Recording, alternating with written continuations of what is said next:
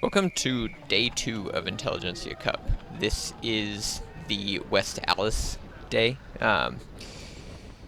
Pretty cool course, L-shaped course, lots of tar snakes that we were warned about at the beginning, but honestly probably didn't make too big of a difference in the race outcomes or any crashes. The first day was pretty safe, and this day everybody was racing, also fairly sensibly. So that was a welcome surprise. Same guys, Tour of America Dairylands guys, as the first day. If you haven't seen that one, I go through most of the teams that are here. But to get the gist of it, we have Germans, we've got Project Echelon, we've got Work Hard, Be Humble. All those dudes. Automatic Racing. And kind of planning on this one being a breakaway. Looks like a course that a break could roll on pretty easily, and Clayton and I were both sniffing out a breakaway as much as we possibly could. Noticed people were attacking and splits were getting formed pretty easily. Speaking of which, Zach Gregg on the left here, pulling back a guy who has freshly gone off the front. Work Hard, Be Humble. We're being pretty aggressive in a lot of stuff. You can see my teammate Clayton right there making it up into a little move off the front. There were little 1s and 2s moves that looked pretty threatening. There were guys that were going pretty fast. And then the field would sit up. So we were expecting something like that to happen. The whole time, you can see I'm kind of sitting on the front here, blocking a little bit. Eventually, stuff like this would happen too, where it's almost a field split. You know, there's like 5 to 10 guys off the front, just in rows. I hit it hard past Scott McGill there and made it up to this semi-breakaway. But every once in a while, well, every time, seemingly, people would just kind of sit up. Even if they had the right numbers, if we had the right brake composition,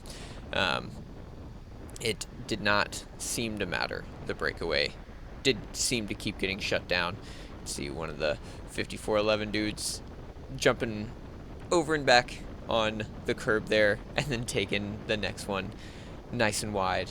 We've still got 55 minutes left in the race, but a little bit later, that lap, coming to the start finish, Scott McGill attacked pretty hard, and I was at the front, had not done much. You could see back there my bottle like fell out of my bike, and I just watched it roll next to me for a little bit. Lost the bottle quite early, only like 20 minutes into an hour and 15-minute race, and now I'm on Scott's wheel in a little breakaway, but Scott told me later that he was the most marked man in the peloton, and I have to agree with him. Every time he went, there was somebody that was willing to jump back up and onto it.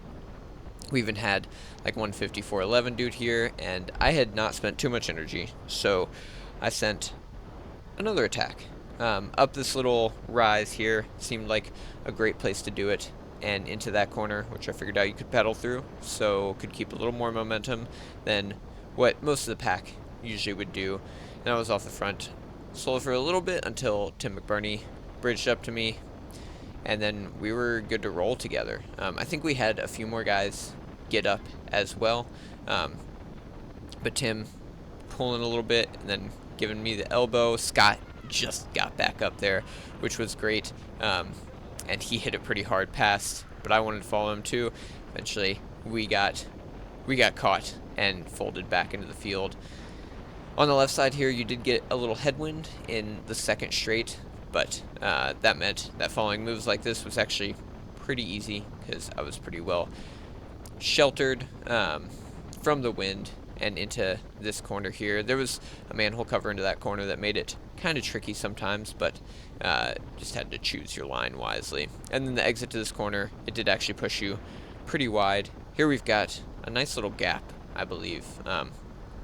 Just continuing to push hard. Stuff like this tends to break a field, but everybody in the field did not seem too destroyed for most of this race. Like, if it was 90 minutes, I think it would have been a totally different story. But here we are with 35 minutes to go, and on the left side there, you can see some guys hitting it pretty hard into that second corner. A little bit later that lap, and there's a small split. I follow one of the Empire cycling guys. There's 4 up the road, 5, 6 following them, and then yeah, now we have 10 people in a little split right here, trying to bring it back. I think Zach Gregg eventually brought that little move back. Work hard, be humble. I think that is Caleb Langrieb, either that or Anthony Ciano with heart attack. Here's another one from them on the left side here. They were sending bombs in the last 20 minutes, which was pretty cool. Plenty of field preems and other various preems that led to splits just like that my teammate Clayton there is bridging up to with Lucas Burgoyne. Lucas and Luke, yet again, pretty active in the preems, staying up towards the front, out of the nonsense. We just caught back up to them here with 23 minutes to go. Asked Clayton how he was feeling. Said not too bad. He was drifting back pretty hard, but just saving some energy. 15 minutes to go, and I'm up at the front pretty good, following this Australian guy yet again.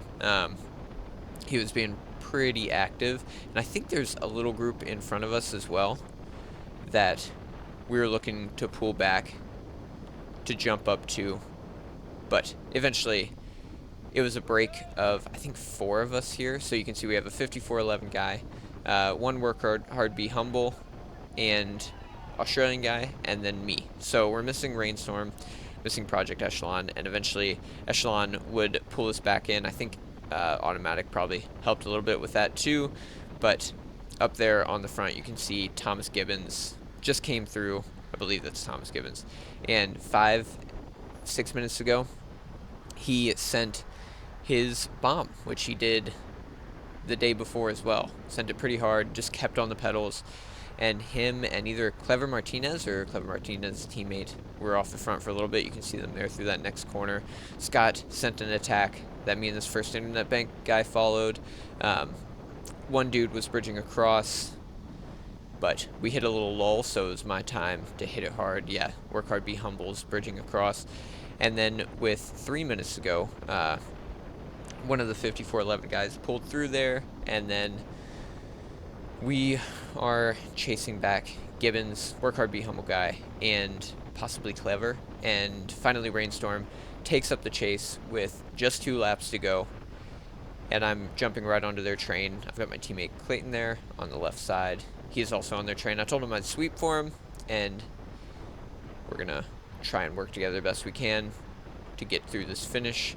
Finally, the last few corners here, I'm still on Clayton's wheel, trying to dive the inside here, but got taken a little bit farther in by Miller School, and then take 2 corners to go, still have good momentum. Rainstorm's on the front, kicking it up. Now I want to take this corner for sure, so I'm inching up a little bit farther, and Miller School guy is pushing me farther in yet again, so I have to check up just a little bit, end up on my teammate's wheel, and the Miller School guy takes him to the curb. Finally, Scott McGill kicked around Clayton where he had to check up, and then I think Cesar Marte nipped me there. Clayton, I think, ended up 7th, and I was 13th for this race. And then Lucas Burgoyne took the win with, I think, Fergus Arthur in 2nd, which is pretty cool. So, hard finish, a little bit harder race than the day before, but on to the 3rd day of Tour of America's Dairylands after this. Thanks for watching. See ya.